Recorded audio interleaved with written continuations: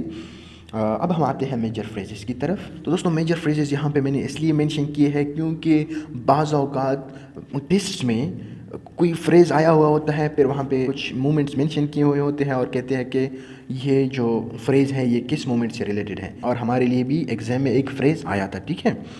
First one ہے conviction could be more dangerous enemy of truth and lies. Second one ہے there is hardly any passion without struggle. Third one ہے I rebel therefore I exist. Fourth one ہے some men become the person from whom they were born. Fifth one ہے the universe seems neither benign nor hostile, simply indifferent. Only after you have lost everything are you free to do anything. تو دوستوں یہ تھی آج کی video. امید ہے آپ لوگوں کو سمجھ آ گئی ہوگی. دوستوں اگر آپ لوگوں کو یہ ویڈیو اچھی لگی ہے اور آپ لوگوں نے کچھ سیکھا ہے تو برائے مہربانی آپ لوگ ہمارے چینل کو سبسکرائب کریں اور اس ویڈیو کو لائک اور شیئر کرنا نہ بھولیں. Thank you very much.